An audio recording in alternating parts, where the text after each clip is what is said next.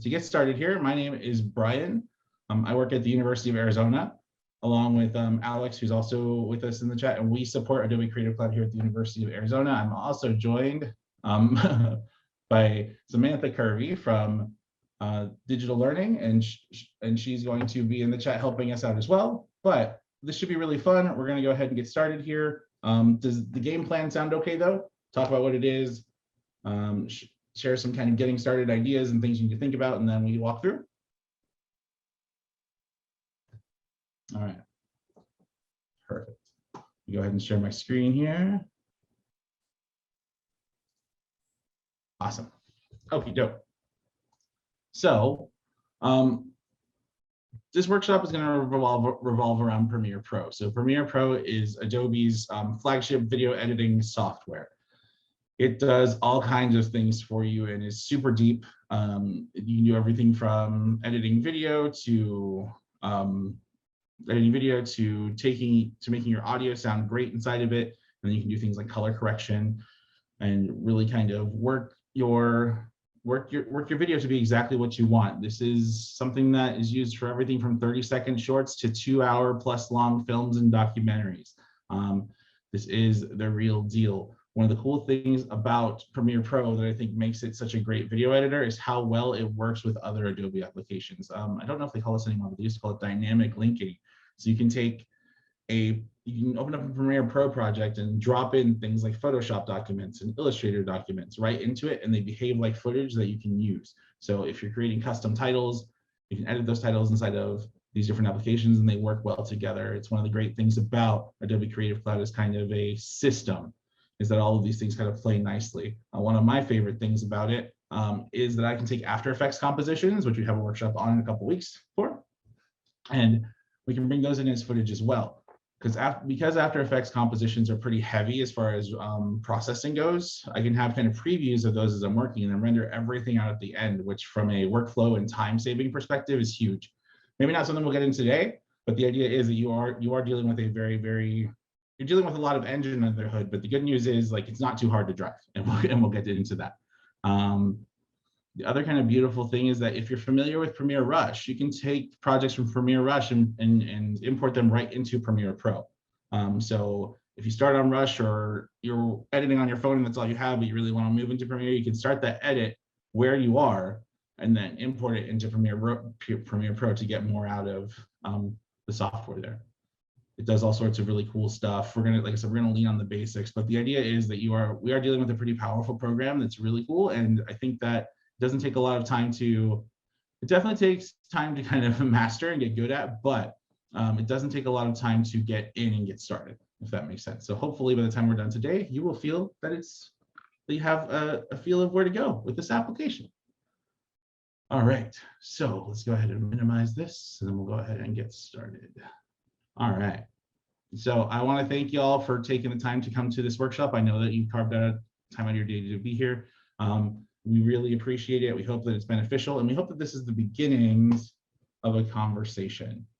So as we kind of go through, please feel free to use the chat, and let's see here. And if you have questions, please put them there. If I will do my best to monitor it also. But if I don't get to it, we have some people who can share that information with me kind of as we go. So keep that in mind as we're going here. Move the chat where I can see it. All right, perfect. All right, so now we're going to go ahead and talk a little bit about Premiere Pro. So let me go ahead and open up a project here. So if we want to create a new project, we can hit new project and things like that. Before we get into that, I think the first thing I had on the agenda was some kind of general pre-production tips. So before you go moving into video editing, I want to ask, I didn't ask this, how many people have edited in Premiere Pro before? Yes or no in the chat. No, never, yes, yes, no, yes. One project, no, cool, not yet. I like not yet. So when you're working in Premiere Pro, that's great. I think this is a great course for that, but a few things to kind of consider. If you've ever edited video before, there are just some things that I like to think about that I think make it easier to work, on projects. The first thing is organizing your files and a little bit of file management. So when you organize your files, you do it however you want. The main thing is we want to make sure that all of our videos and all of our stuff is in a place where we can find it easily. My preference is to put it all into a single file. Then you can have subfolders and things like that. Like I'll show you this one right here. So I have this video files folder. Inside of that, I have images and video. And the idea is that I just have it organized for when I'm looking for stuff. If I were going through and looking at footage and figuring out what I wanted to use, I may do stuff like change the names of these so that I can kind of better identify them. Inside of a Mac, you can do things like flagging and tagging, however you want to work it. The idea is you want to not only, you want to know where your footage is at, and you want to make sure that that footage is in a place where it's going to stay. While you're editing your video, you really don't want different footage floating around, because then you can have unlinked files. The good news is you can double click on it and then tell Premiere Pro where to look to find it. So if something ever gets lost, you can try and reconnect it. But just this idea of keeping your stuff organized in a place that's static is really helpful when you start working on footage, because that way you're not taking a ton of time looking for things. You've already done the looking already, if that makes sense. Secondly, and it's on the and it is on the document that we shared with you, the Spark page that's there. If you're going to be doing a lot of video, I highly recommend looking into some external storage to save your content here. I think I have some here. Hopefully you guys can see my camera. So things like, and it doesn't have to be super expensive, but there are tons of different kinds. I have two right here. I have an SSD, a solid state drive, and then a hard drive here. Solid state drives cost a little more, but they tend to be faster. The bang for your buck is in regular hard drives there. The benefit of using that is that you're relying on your computer to do the you're relying on your computer to run the program, and you're relying on a separate hard drive to handle all of your the data traveling back and forth, and your cache files for Premiere Pro. It keeps your computer light and clean. If you're just doing a few projects here, this is something that you don't do it all the time, not necessarily the most important thing. But if you plan on doing a lot of video editing, I really like external hard drives for working. And I just think that for the money, you can get a whole lot of storage nowadays for a pretty small price tag in comparison to what it used to be. And it's totally worth it. So just want to make sure that I put those two things down, because if you like Premiere Pro and really want to get into it, it can be really beneficial to have some external storage, especially for bigger projects. Cool. So with that being said, we're finally going to open Premiere Pro. There we go. Cool. So when you launch Premiere Pro initially, you'll be greeted with a bunch of menus here. I want to walk you through how to start a project, and then we're going to go back and we're going to live in the learning tab for the bulk of this workshop to work through the process of creating some projects and some things. And then I'll kind of expand upon that. The reason why we use the learning tab is because it's kind of hard to get footage to everybody if you're playing along, but if we're in the learning tab, we all have access to the same built-in footage there. And there's some really good things to learn along the way. So to create a new project, you can click on New Project here. Once you do, you are greeted with this menu right here. You will give the project a name, and you don't have to do this part. In fact, I'm going to hit cancel when we're done, because we're going to go through the Learn section there, and it has a bunch of pre-built projects for us, but it covers everything. So you want to give your project a title. Very, very important to give this a name so that it's easy for you to find. So if I were doing this guy, it would be Premiere Pro Demo, learn how to type, Pro Demo, 2021, cool. And then under the Browse section here, if I have my external hard drives attached, I could hit Browse and then locate these sections here, but what I have is fine for now. You can change all of these things if you have specific settings, but you don't really need to mess with these too much. The cool thing about Premiere Pro is that it's pretty adaptable. So if you chose the wrong video format, when you import it in a new clip, it's going to say, hey, do you want to use the video format for the clip? And then you can say yes, and it's done. And Premiere Pro is very, very good at working through and creating all of these and stitching together all of these different audio and video types. So when you hit OK, I'm just going to hit OK to show you, you don't have to do this part. We're going to be greeted with this menu right here. So for those of you playing along with us, what you want to do is we want to go to the home screen here, then we want to click on Learn. And then we're going to go with Premiere Pro Overview right here. And if you don't see this menu on the right-hand side, it should look more like this. You're going to go to Window and then Learn to see those things. So, and again, I really wanted to use this for this workshop because if you want a refresher, you can literally do it. You literally do it yourself, and it's really cool. So we're going to go ahead and get started here and start walking through the interface of Premiere Pro. So I'm going to hit Get Started on this top left-hand side here. Then once we do, you'll see that Premiere Pro is made up of panels here, and the default panel configuration is that panel 1 is your project panel. This is where you're going to organize and bring in your clips. Panel 2, which is right above there, is the source panel. So this is where you're going to be able to view raw footage once you import it in, and I'll show you that in a little bit.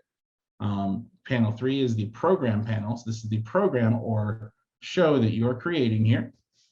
And then panel 5, and you may hear me flub this up and call it the sequence panel. It's the timeline panel. Timelines have sequences in them, and we'll get to that in a little bit. But these are kind of the 4 panels that you live in. Across the top, you have different workspaces. I'm in the learning workspace for now. And then I'm just going to hit next here, have it guide us through. So we can adjust these panels to be different sizes. As you kind of work through, you may never touch this. And if you have a nice big monitor, you may never have to, but if you're working on a laptop and things like that, it can be really helpful to resize the things you need when you need them. So really easy to do. Move your mouse in between the 2 areas here. When you see that little double line, click and drag left, move left, and move right. So the idea is these panels are movable too. I don't want to move them necessarily, but if I wanted to, I could click and drag and then move them, and then the little light purple quadrant is where they will land. I'm not going to do that here. But let's say that we did this and then we kind of messed it up. Under Window and Workspaces, we can go to Reset Saved Layout, and that will flip it back to where the defaults were. So the idea is we have 4 windows that we can work in. And these windows you'll see a bunch of tools right here. You'll see tools right here and tools right here. We'll get to all of that, but the idea is hopefully this familiarizes you with how this menu system works and how much control you have over making it make sense for you. Sweet. And again, as we go, please feel free to put questions in the chat. I do try to look over all the time just to make sure, but and I'll also ask you if there are any questions before we move on in specific instances. So let us know what you need. Okay, cool. So that completes this kind of like look around what Premiere Pro is. We're gonna go ahead and move on to getting started bringing in footage and learning the basics of Premiere Pro. Cool. All right, so we're gonna start with importing media. That is the first one right here. If you're playing along, we're gonna learn the basics. No, get started, import media. Cool. And when we're going through this, if you see a prompt that says, hey, do you want to save this project? You can hit no, and that will come up eventually, and I'll show you kind of how it works here. So first thing is first one, this is what a sequence looks like. It has multiple clips inside of it. And I can click and drag on this little playhead here to move it around. I can also hit the play button right here to start playing, or press the space bar. And hopefully you can hear music. There are 3 clips kind of living here right on top of each other. And the idea is when we're editing, what we want to do is take video footage, cut it down to the pieces that we need, and then align them in order to create a timeline that gives us the video that we want. So that's essentially what we're going to be talking about in different variations and things today. So we're going to go ahead and continue on here. And again, when you get this thing that says, hey, do you want to save changes to importing your project before closing? Typically, you want to pay attention to that because that's your project. But in these learn lessons, we're going to go ahead and hit no, just to kind of get us all there. Cool. So that's what this looks like. Now let's figure out how we build this. What we're going to do here is we need to import clips, and there are lots of ways to do it. We're going to be in the project panel down here when we do. This suggests that we double click inside of any of the blank space right here to do that. So we're going to go ahead and give that a go, double click, and then that will pull up a footage window here. And then what we'll do is we'll pick the footage we want to use here. So we're importing footage. So when Premiere Pro imports footage, what it does is it's referencing the footage. It's not creating its own copy unless you go into the menus and tell it to. It is referencing the footage where it sits on your computer, which is why I mentioned earlier, it's important that you keep an eye on where your stuff is saved. So we're just going to pick 3 of these. So there's a couple different ways to do it. If you hold down the Command key on Mac, Control on Windows, you can click and kind of select things that are kind of in between. Any 3 will work here, to be honest, because it's just a demo thing here. But if you wanted to select a batch of them, you click on the first one, hold down Shift, and click on the last one, and it will select all of them together. So I'm going to go ahead and do that. Control or Command, click, hold down Control or Command, Command on Mac, Control on Windows, I believe. Select the 3 things that you want, because I think it asks for 3, and then we're going to hit Import. So once we import, we'll see that our footage is down here. So we can move on to the next step here, just to kind of keep in step with this. Cool. So now we're going to talk about previewing clips in your source window. To preview a clip, you simply double click it. Once you do, you'll see that the clip shows up in your source window here. You can press the spacebar to play it. Pay attention to what windows are highlighted, because those are the windows that you're controlling, if that makes sense. So if I click over here, I'm controlling this program window. If I click down here, I'm controlling the timeline window. If I click over here, I'm controlling the source window. And I can tell because it's indicated by this blue highlight, or this blue bounding box. Yours may be a different color, but mine's blue. So hit spacebar to play. Cool. And you'll see that you have a bunch of different controls down here. So when we want to kind of manipulate that, we can click and drag on this little playhead right here, just like we could in the timeline. We can press the spacebar to play. And as we go further, we'll go into other shortcuts, but there are lots of ways to play content here. Pick the one that makes sense for you. If you like a button, hit the button. If you like pressing spacebar, press spacebar. A bunch of different ways to do stuff. We like keyboard shortcuts traditionally because they tend to make you faster if you do this a lot.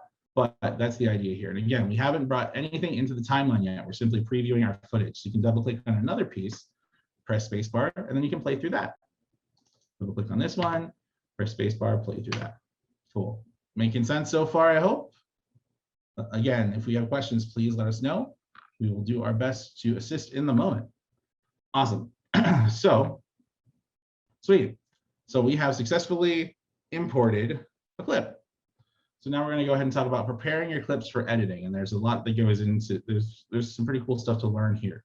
So again, when we do that, we're going to hit no here because we just want whatever their default is so we can keep going. All right. So what's asking us to do is to select the 3 clips here by holding down Command or Control on Windows and selecting all 3 of them. And then we're going to click and drag them over.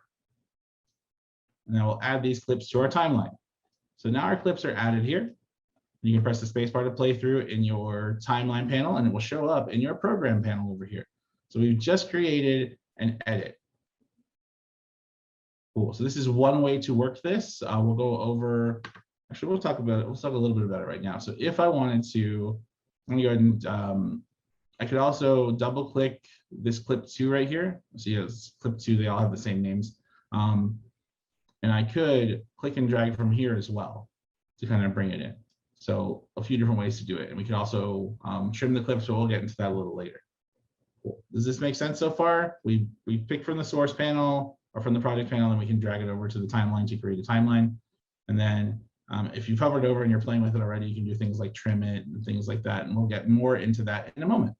But I encourage you to kind of play around. Awesome. All right. So next, you'll notice that when you're looking at your Premiere Pro project here, we have this thing that says A1 and V1, right? And I'll adjust this to make it a little bit bigger. So in your timeline panel, you can press the plus and minus keys on your keyboard with it selected. Again, like if I select over here, you'll notice not a whole lot's happening. But if I select the timeline panel, then I can press the plus button to zoom in. That just gets me closer to the timeline. You'll see that the time is kind of magnifying and lowering. We're not changing duration. We're simply changing how close we're zoomed in. You can also select a track here. So I have this B1 track. I want to make this bigger or more visibly large. I can hold on the Command key or Control on Windows and then press plus to increase the size of those thumbnails, or on the audio tracks too. Yep. Cool. Hopefully that makes sense. And you can, and these are, you have 2 or 3 tracks right now. You can have 100 tracks. I forget what the limit is, but it's a lot. There are video projects that have at least 100 tracks. That's not abnormal when you get into really, really bigger productions. Cool. But sweet. If that makes sense, we're going to go ahead and keep moving forward here. How do you change the order? Great question. So if I wanted clip 2 in front of clip 3, lots of different ways to do it. If I click and hold, you'll see that it kind of floats and I can move it around, right? But if I just click and drag and let go, then what happens is that it just kind of runs over this clip here. So you have a couple different options. If you want to go the long way, you can take this clip up here, move this clip over. But if you hold down, so if that makes sense, so I can kind of move it like that. But if I wanted to kind of shuffle the order here or do what's called disturbing sync, what you'll do is you'll hold down the Control key on Windows, Command on Mac, click and drag, and you'll see that these little arrows show up here. Once I do that, I'll move this to the front. And you'll see it pushes everything else down. So we're doing, so this kind of insert edit makes it so that we can kind of drop this and then everything moves to the left or right. If we just click and drag, it does what's called an overwrite edit, and it literally just runs it over. We're not destroying the clips because all we're doing is referencing the source material. We can always bring back in the previous clip. No, thank you for asking it. If you trim a clip, is there a way to make the clips fill in like they do in Rush? Great question. There is, and it's kind of the same idea here. So, and we'll get to this in a little bit, but we will relook at this in a little bit, but let's answer the question now. If I trim a clip, which you probably already found by using this regular selection tool, I like that you guys are playing with it already. That's awesome. So click and drag. You'll see it leaves a hole here, right? That's kind of the default space that we work in. But if we wanted to trim this and have everything else move along with it, all you have to do is with this selection tool, red means overwrite, yellow means insert. So if I hold down my Command key or Control on Windows, I get this yellow bracket, and then when I click and drag, it will pull everything else along with it. Cool. Does that make sense? Awesome. And the reason why those are different is because a whole lot of times, thanks for the clarification there, Alex, I appreciate it. A whole lot of times, while if we're making small projects, that whole trimming and moving and sliding things down can be important, but this is a professional grade software. So if I have to make, if I'm editing a TV show and that TV show has to be 22 minutes, maybe I don't want to disturb sync and change the entire length of the footage here. So check this out. Right now, we're sitting at about like 19, 20 seconds, right? Or 20 something seconds here. With this yellow bar across the top, yours may be green. This just kind of tells you how long the project is. If I trim this, I don't change how long the entire piece of footage is here. I can add stuff, I can move stuff, I can leave this blank if I want to just have a black space, or a blank space. But if I click and drag this, pay attention to what happens to the overall length of the footage. And it even tells you how much you're cutting your duration by. You'll see that this clip just became 14 seconds here. Hey, Brian. Yes. Can you just confirm that when you're holding Command and you get the yellow, is that called inserting? And when it's red, it's replacing? That's a question in the chat. Yeah, so this is just a regular trim here. It doesn't disturb sync. This is a, so this guy right here will make it so that your footage ripples. Insert and overwrite is for when you bring in footage. There's this edit here, and then kind of what's called a ripple edit. And there are lots of different names for it. But when it ripples, everything else kind of moves along with it. The yellow will ripple the edit and shrink everything else down in duration. Hopefully that helps. that answer the question? I hope. Cool. All right. It pops up. I'm happy to go over it again. We're throwing a whole lot at you real quick. Like we're barely half an hour into this, and we've already covered a lot of ground. So hopefully that makes sense so far. These are the types of things that you'll be doing kind of moment to moment.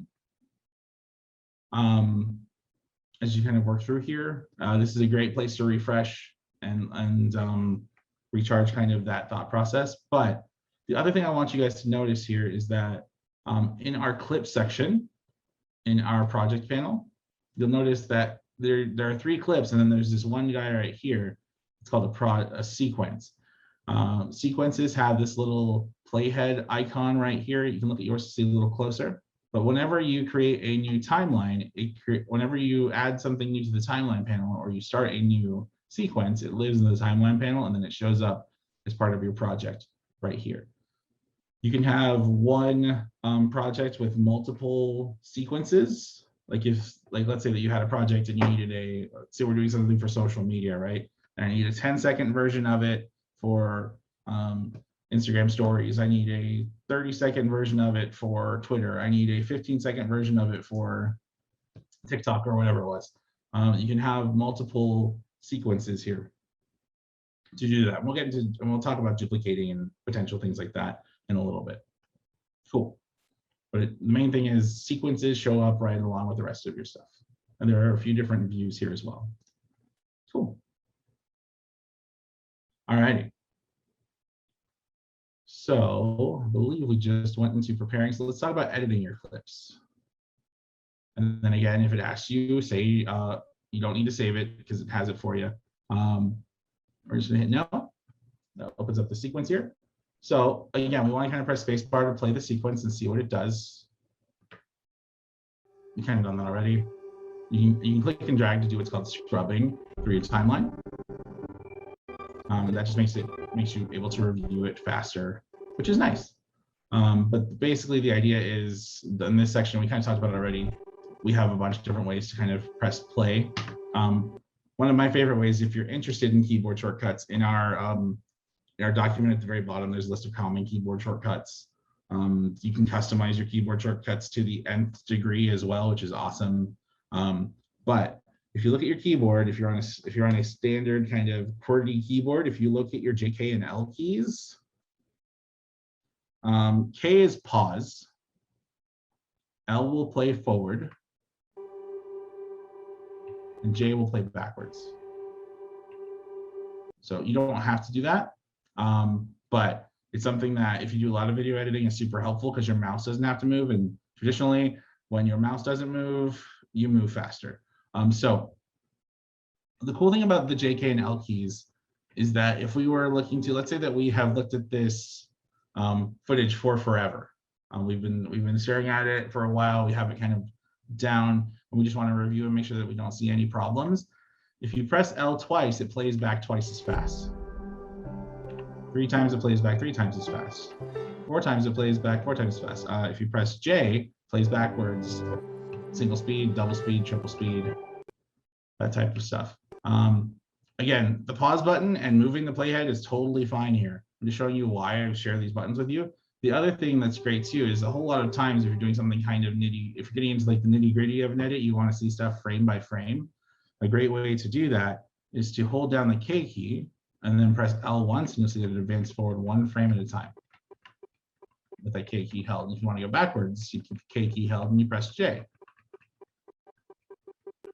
So these are kind of things that will help you kind of really nail an edit if you need to do it. If your motion looks off, and if you're doing a narrative piece and the motion looks off, like person's walking from left to right, what does the blue signify?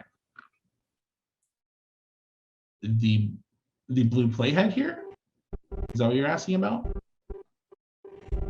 Between the second and the third, in the photo section in the bottom right, there's like a light blue panel between, right there. Here? A little bit to the right. Okay. Where the photos are, right. Yeah. Go further right there. So this whole section? That light blue. On the end? Yeah. Yeah, so that's just telling you that a clip is ending another one's beginning.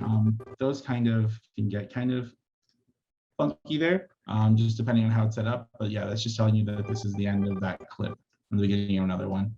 You'll see that once I get rid of it, it's not there anymore. But it's not anything that you typically have to worry about. I don't think there's an edit there or anything like that. So Yeah, because when you play it, it doesn't really show any interference or any Oh, yeah. stop. So I just Mhm. wanted, yeah. yeah, I'm not 100. To be honest, I'm not 100% sure. But what you care about is what plays back in the sequence. If you don't see it, or there's no problem in the sequence, you're typically good. I believe it's blue there because that's how big the actual picture preview for the clip is. So since it's the end of how big it is, it just shows blue space, but the clip is still playing. Good to know. Oh, I learned something today. Yeah, that's awesome. But that's essentially the idea here, is that there are a bunch of different ways to play. I wanted to share that with you because that's always helped me when I've done a lot of editing. And I wanted to make sure I shared it with you and show you that keyboard shortcuts are available. Last thing on keyboard shortcuts before I drop it, if you want to see all of your keyboard shortcuts, we have a link in the project, but you can also come over here under keyboard shortcuts and see all of your different keyboard shortcuts and all of your different spaces here. If you are an editor that used other applications like Avid Media Composer or Final Cut, you can also set your keyboard shortcuts to be those keyboard shortcuts. So it's really easy to jump in if you're familiar with another set of software. But again, just want to make sure you know it exists and that it's available to you. Cool. So moving on here. We're going to go ahead and we already talked a bit about moving clips, I think. So we can kind of move clips just by clicking and dragging them. We can hold, and again, real quick, just to kind of recap because it's doing it for us here. If we just click and drag, it will just kind of overwrite and run over what we have there. If we hold down the command key and click and drag, it will help. You'll see that as you kind of click and drag, Premiere Pro naturally does what's called snapping. So that will make sure that it's right. And snapping helps us make sure that it's right on an edit point. And every space in between two individual clips is an edit point or an edit. So when if I bring this to right here and let go, it snaps that clip to that edit point. And typically what that means is that you won't have like a orphaned frame like that's just kind of all alone by itself. If we didn't do that, let me show you what that looks like. So I really like snapping. You can disable it over here in your settings. I tend not to want to do that. But let me show you what happens if I just kind of drop this in a space kind of before that edit. Let me go and play that back and show you. So you see it just showed like a small like fragments of that clip. And then it goes to that final clip there. That's because we didn't drop that footage on the edit there. And there are reasons why you wouldn't want to do that or why you would. But if you're going for an effect or something like that, but generally we don't want to do that. Cool. All right. Sweet. Sound good? Feeling good? Hopefully. I think you're right. I think that the thumbnail is just kind of an extension of the clip there because it only shows one frame. If I zoom in really tight, yep, 100% right. By the way, I'm zooming. I'm using this bottom little device right here, little scroll bar. We can click and drag to move along a timeline, but if we click on one of the circles, we can zoom in and out as well. So that's another way to do it. You'll find that with most Adobe applications, there's like 4 different ways to do everything, which is cool. All right, so moving on. We already talked a bit about trimming clips. Gosh, we got ahead of this, which is awesome. So, but again, just to refresh, if we want to trim a clip, you just with the regular selection tool, you can move your mouse to the end and then click and drag to change this guy right here. If you want to click and drag a section in the middle, we can trim there as well, but it'll leave a blank space unless we hold down the command key. Then there is a little editing practice here that I'll just kind of walk through. If you're here with me at step 4 of 6, you can do this along with me if you want. So what it's going to ask us to do is See if we can shorten the length of the audio track to match the video. I think I did this already, but what it's supposed to look like is something like this. So all you have to do really to trim this video to change the length of it is click and drag, it'll snap, and then you're done. There are hints here to help you out, but there are kind of little like check your knowledge things here as well. Cool. All right, sweet. So far, so good. Has this been helpful so far? I hope it has. Let me know if we're going too slow, too fast. Great time to take a quick question. Perfect. All right, as long as it's useful to you, I want to make sure that we are respecting your time. So thank you very much for the feedback. All right. All right, moving on. We kind of went over some basics here. And as we go into the next clips, I'll show you some things that I think will make your editing easier as we kind of dig a little deeper into Premiere Pro. All right. So basically, like the reason why I like this learning the basics thing is that these are the steps for creating your project. You import your media, you prepare your clips for editing, you edit your clips, and then you export them. So we're going to go over what sharing looks like and how you get this content out to the world. There's still plenty more to cover here, but I want to go ahead and make sure we get the basics out of the way early. So I'm going to go ahead and export your project. All righty.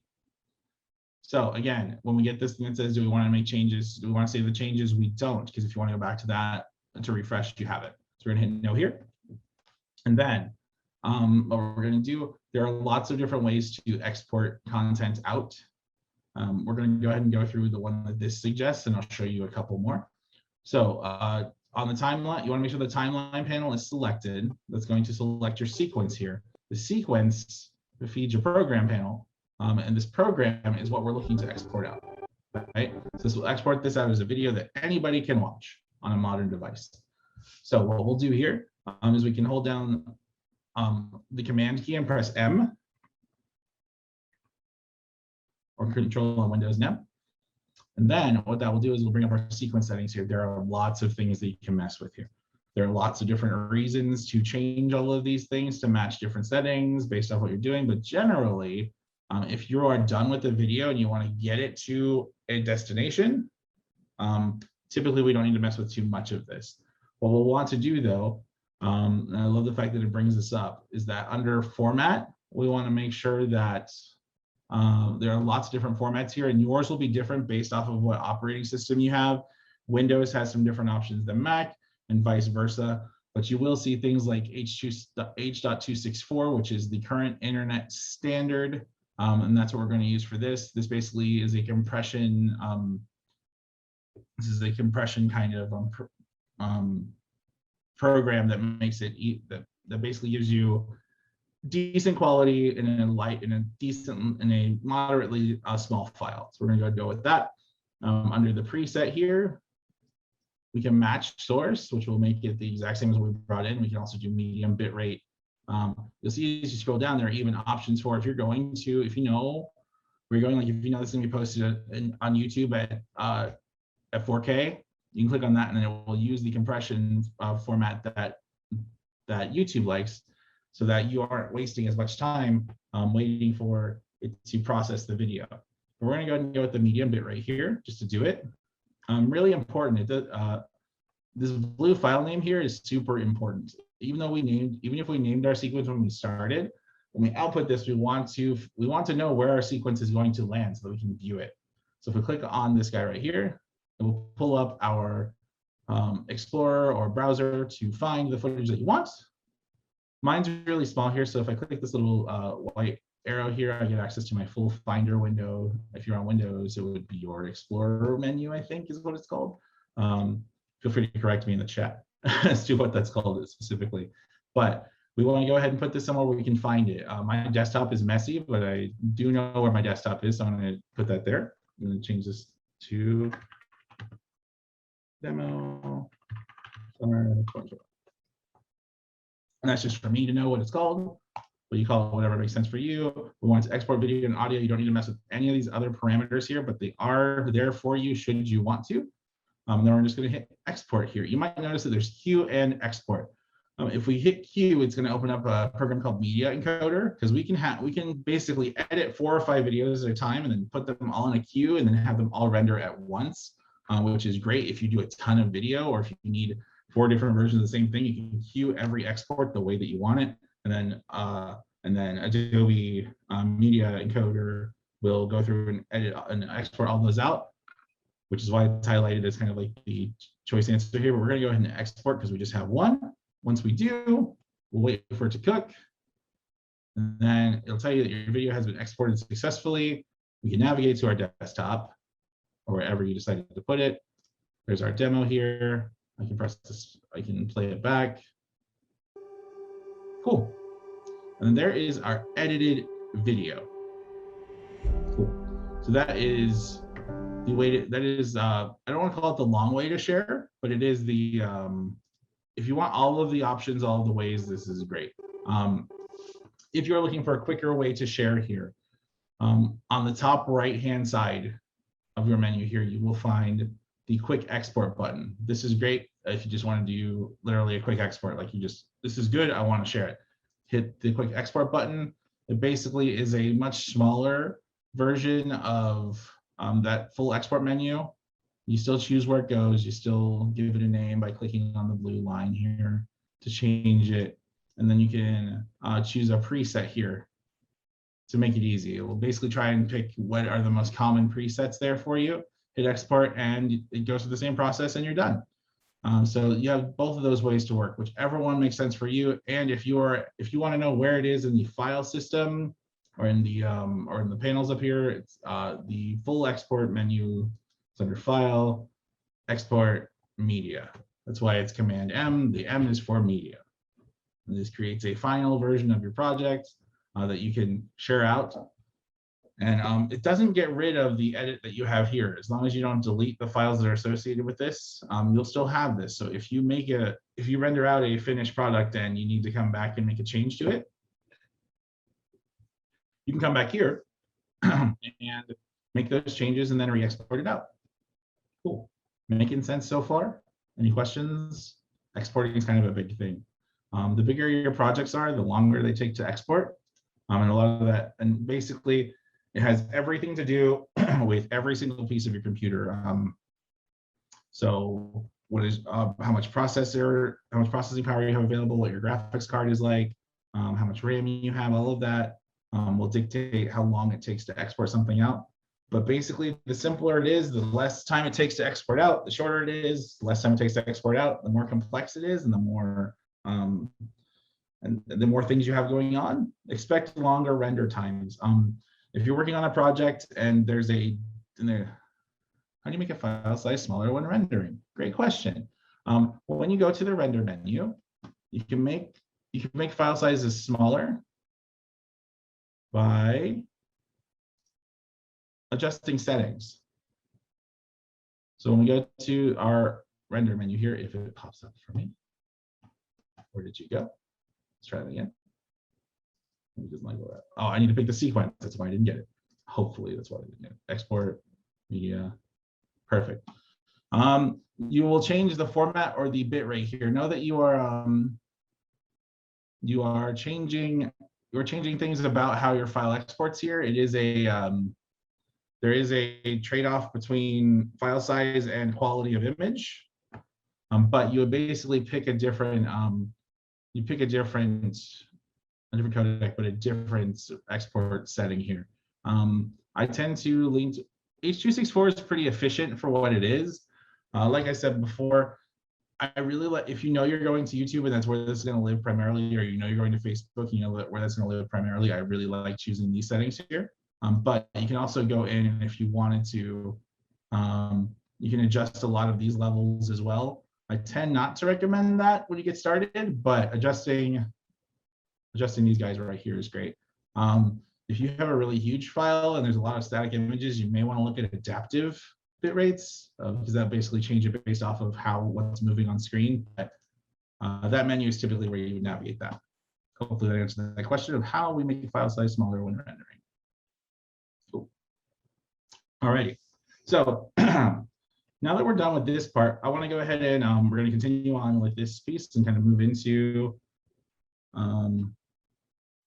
what's the best way? Is this the best way to combine static pics and video? If you're asking if Premiere Pro is the best way to do that, I think it's a great way to do that, especially if you want control over how it edits. And like, let's say that you were editing to a piece of music and you wanted to really kind of be precise about where and how you're doing that edit. Premiere Pro could be a really good option. Other things to consider might be Premiere Rush if you want something that's a little lighter. But the cool thing about Rush is if Rush doesn't do enough for you, you can bring it into Premiere Pro and have it do more. Hopefully that helped answer the question. We're going to get into a few pieces here that I think will help illuminate that even further. All right, cool. So we're going to go ahead and start with this first one. We're going to look at changing the speed of clips here. So again, we want to press no under, or do we want to save it?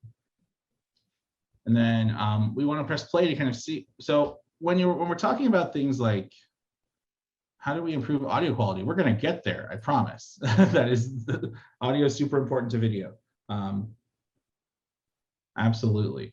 So I appreciate you asking the question. It is upcoming. So when a whole lot of pieces of video, you've seen it before, right? Like there are things that you've seen, like you've seen slowed down footage and things like that, but kind of looking at how it works before you build it is a great way to learn how video behaves, which is another reason why I really like these tutorial sets. And I encourage you to explore the other three if you want even deeper sections. And for me, like I said, it makes it easy to share. I'm gonna make sure we're all on the same page. So let's go ahead and take a look at the final product here. I'm gonna go ahead and adjust the size of my window just so it's a little bit easier to see. Cool. So we have a title. This is my story of returning home to the land of the eternal spring. Cool. A la tierra de mis raíces. So what we're going for like taking a piece of footage and slowing down the clip so that it plays better with the timing that we have. So we're going to go ahead and hit next here and we'll move on to the next section. Awesome. So when you slow down clips, there are lots of different ways to do it. And different programs behave different ways. Rush has a really interesting way of doing it that I like quite a bit, but we're going to work inside of Premiere Pro for now. So what we need to do, you'll see that these clips have titles and names. We're going to find clip 3, which is the center clip. We're going to right click on that clip. And then we're going to go to speed and duration. Cool. While we're here, speed and duration is kind of a cool menu. This is how we will speed up and slow down clips here. What that does is it literally stretches the footage and makes frames stay on screen longer than they would if you stretch it out too far or make it too slow-mo. You'll start to see like individual frames moving. But let's go ahead and but adjusting this by a little bit can really save you if you need just like a second or two out of a piece of footage and it doesn't have dialogue or something like that. If it's this kind of montage or like supporting footage, it's great. So what it asks us to do is to change this speed to 50.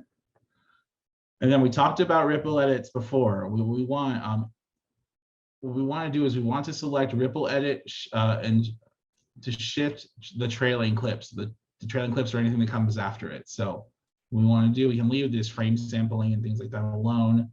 We'll leave that be, but these are options you have if you want to select different things, if you want to try out different versions of your slow motion. So we're going to go ahead and hit OK. And then you'll see that this pushes everything down and ripples it down. If we don't do that, so let me go back. I'm a big fan of undoing.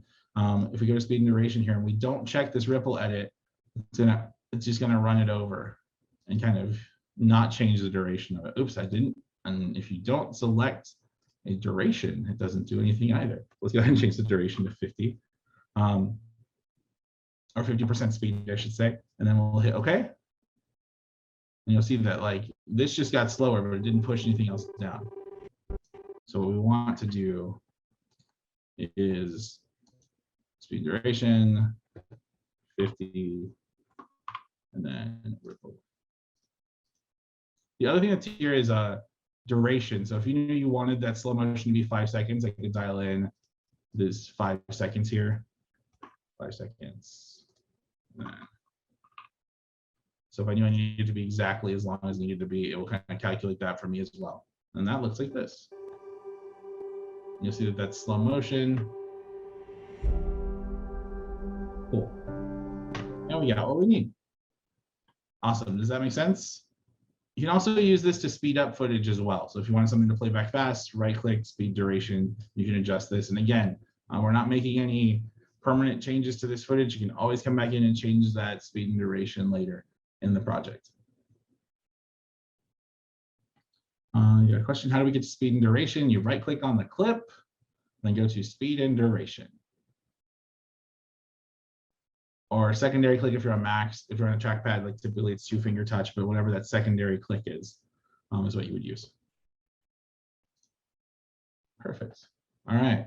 So we already did this. But I'll go ahead and walk through this adjusting speed practice here. So now that we've made this longer, we want to go ahead and bring it back to what it was. So what we'll do is we'll right click on this, go to speed and duration. And then under speed, right now it's set to 49.16% because I made it 5 seconds. I'm going to go ahead and change the speed to 100% to get it back to what its original thing was. By the way, if you want to play something backwards, you can hit reverse speed to play it backwards. Fun stuff. So we're going to go ahead and hit OK here. Speed duration 100%. That's going to be regular playback speed. Hit OK. Make sure that we have ripple, edit, and shift trailing clips selected because for this, that's what we want.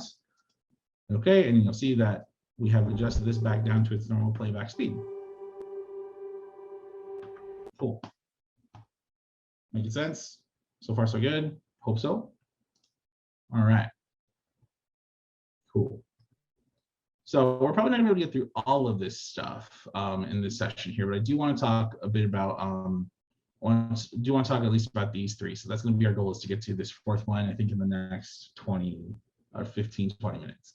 So we're going to go ahead and go to add titles because titles are awesome. I mean, you can do a whole lot for us. I want to make sure that you're aware of how they work. So titles are great for just giving you more stuff, giving you more things to do inside of your projects here. Like it says right here, we're going to go to the window menu. We're going to go to essential graphics to bring up the essential graphics panel. Give that a second to load in. Cool. So here's our essential graphics panel on the right-hand side. Here we can pick all sorts of different graphics and all sorts of different titles that we have access to, which is super cool. Let's go ahead and we will just do what this says. We'll search for the word title. And then we're going to press enter.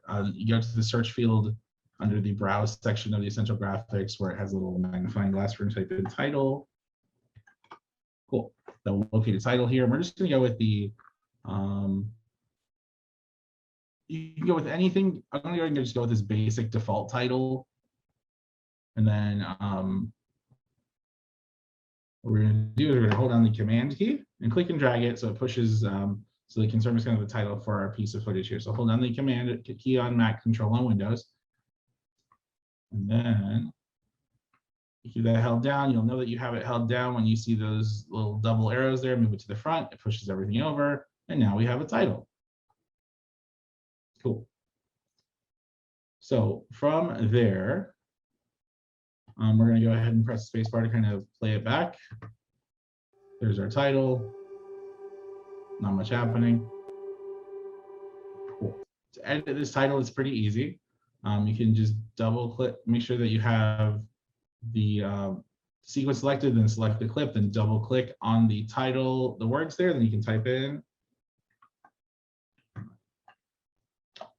or whatever it is you want to type there, and then just simply click away, and then those changes are locked in here. The cool thing about titles, though, if we wanted to dig into it, is that if we go under the edit panel under essential graphics, we can do things like select the title layer right there. We have access to things like changing fonts. If we wanted to pick a different font, for example, we could, and it will adjust it for us. We just need to make sure that we're in the essential graphics panel. We'll click edit, select the text layer right here. As you play with other titles, you'll see that there are more layers, and you can change things like font, color, all of that stuff. I encourage you to play around with that. I'm going to go ahead and for the sake of time, just gonna pick one of these. There we go, Termina. Perfect. All right. I think it says returning home. You can put that in there if you want. We'll hit next. Move the playhead to the beginning of the clip. Or to the beginning of the this first clip here. The titles are great for kind of serving as places to launch off of, but they can also support video. So what we'll do here is we'll come to this video, this first clip 1 here, move your playhead just anywhere inside of that space. I like at the beginning. Then we're going to go back to the Essential Graphics panel, click on Browse, and then we're going to type in basic lower third. And lower thirds sit on the lower third of your screen. And if you've ever watched a newscast or any like live television, they'll typically use lower thirds to introduce you to people, places, or things. So that's a basic version of what they're built for, but you can kind of see they sit in the lower third of the screen here. So what we'll do is select basic lower third, and there are tons of animated ones. We won't get into those for the sake of time today, but we're going to go and click and drag this guy right here. And then we'll just kind of use our edits to snap it to the beginning of that clip. Cool.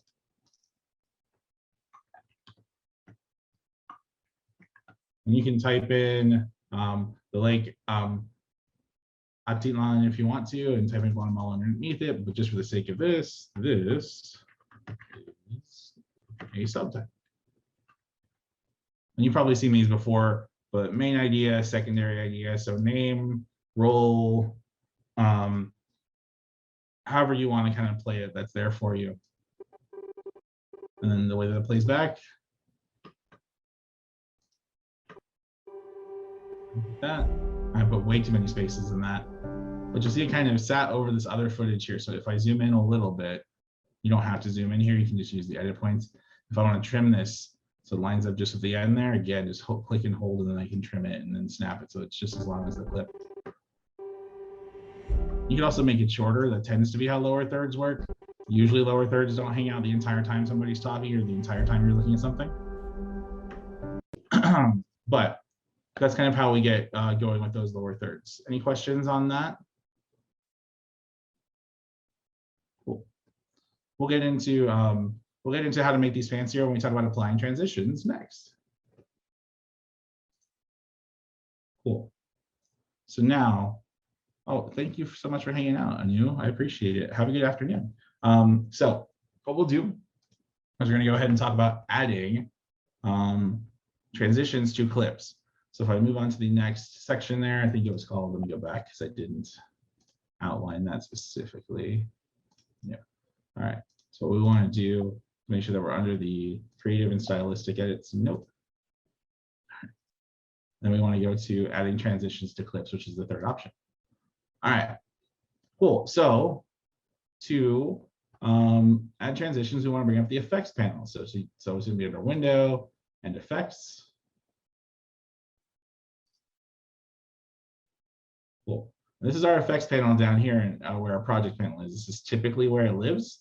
So keep in mind it's going to be in this panel group here, and we can switch in between our different panels just by clicking on them. But we want to get to our effects panel here. Cool. All right. So what we're going to do here is we want to go ahead and apply what's called the cross dissolve between our effects here. You'll see that you have under your effects, you have a lot of different options here. We're looking for our video transitions. You'll notice there are audio transitions as well, which are great for things like fading things in and fading things out. But we're going to go ahead and go down to our dissolve section here. These are just folders, folder menus. Click on the little caret to drop these down. We're going to go to cross dissolve. Then we're going to add a cross dissolve to from clip 1 to clip 3. Let's play back just what it looks like real quick without it. So it's just kind of a jump. And modern video editing and like video editing for the internet, this isn't like as hard and fast a rule as it used to be. But sometimes a transition can be great to kind of help ease your viewer into an idea, especially if something's kind of dreamy or kind of slow. Traditionally, they would be used to transition between time and space. So just gives your audience a chance to catch up, think about movies that you've seen where we go from day to night or from France to Tokyo. Typically, there's some sort of transition on screen. to help you adjust the fact that we're in a new place. Sometimes it's like a modern superhero movie, sometimes just a huge title right in the middle, but it's something to indicate, hey, we've moved. And transitions are kind of built for that. Cool. So there is our cross dissolve there. You can apply this in as many spaces as you want. We can also adjust the duration of a cross dissolve here, which is kind of cool. If I know that I want cross dissolves on a clip, I can select the clip and then double click and then just click and drag cross dissolve and apply it to the different sections of the clip pretty easily here. So now I have this kind of like fade in of my returning home, and then a cross dissolve from the title to this guy. I could also put a cross dissolve on my second video layer here. And if I wanted to, it's gonna have that kind of like fade in. So I can kind of apply this cross dissolve as many places as I want. So pretty easy to do, but you have tons of different things. You have tons of different, these are just dissolves. Like you can dip to black, dip to white if you want to. There are all sorts of different stuff. So if we want to choose a different transition just for fun, let's get rid of this transition here. We can select the transition. It's this little brown or they call it orange square. It looks brown to me. And I'll press delete here to remove that transition. Let's pick a different one here. The immersive video transitions are for 360 footage. So if you ever wind up editing 360 footage, there's a separate set of transitions just for that are built to make that seamless. Let's go with a wipe, and then we'll do just a standard wipe here. Click and drag it. I'll show you what a wipe does. So he just kind of pushes the next piece of footage over. If we wanted to, I like this because it's a pretty thank you for hanging out. So if we want to change the duration of a transition, all we have to do is select it and then click and drag on the edges here to make it shorter or longer. This is that wipe transition really short, which I think works well, but if I wanted a really long one, I click and drag it up. Cool. Does that make sense? And all transitions behave very similarly. So you can kind of adjust all of those, and there are all sorts of cool transitions. Keep in mind you have video effects there as well, and also audio transitions, which is great. So probably the last thing that we do, we're going to talk about working with audio. I encourage you to explore this adjusting colors bit, but we'll kind of end with the working audio and see what questions that you have. Hopefully this has been helpful so far. Again, I know you guys have been great at asking questions. I really appreciate it, but as we kind of think about what questions you have kind of overarchingly as we kind of move into this last section, and let us know how we can help. All right, cool. So there are lots of different ways to adjust audio here. The most common thing to do is just to adjust the overall levels of a piece of audio here. So we have video tracks, which are the A1 and V1 sections. Then we have audio tracks, which is, so V1, V2 is video, A1, A2 is audio, audio 1, audio 2.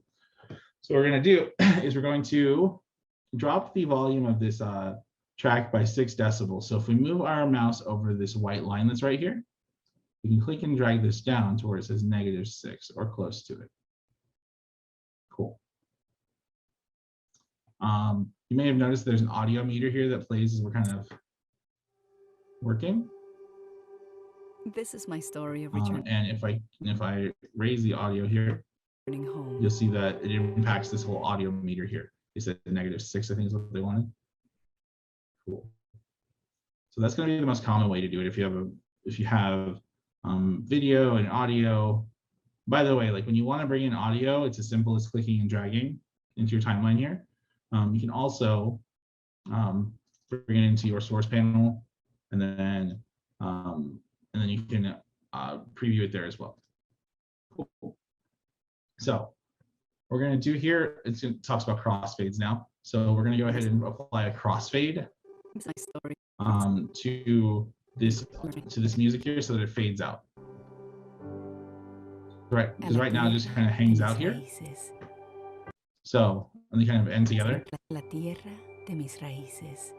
it's a hard stop, right? That doesn't sound great. So what we'll do is we'll go to our effects panel. So, which is up here under effects. And again, you can get to that by window and then effects. If you uncheck it accidentally, recheck it, it'll pop back up. We're gonna go to audio effects, and then we're gonna go to exponential fade, or audio transitions, I apologize. Audio transitions, exponential fade. These are just different ways that amplitude and volume kind of come up and down. Exponential fade is fine for what we're doing here. You can apply it to the end. And then if we listen back to it, De mis raíces. you hear kind of like fades out as opposed to like a hard stop. I'll go ahead and undo and This reduce is it. my story of returning So, raíces. whereas like if we put in that exponential fade, we don't hear that kind of last note starting the next A la tierra phrase. de mis It kind of raíces. fades out nice and quiet. If I wanted this to linger a little bit longer, I could extend the length of the clip as long as there's audio to be had and have this kind of fade out. La tierra de mis raíces.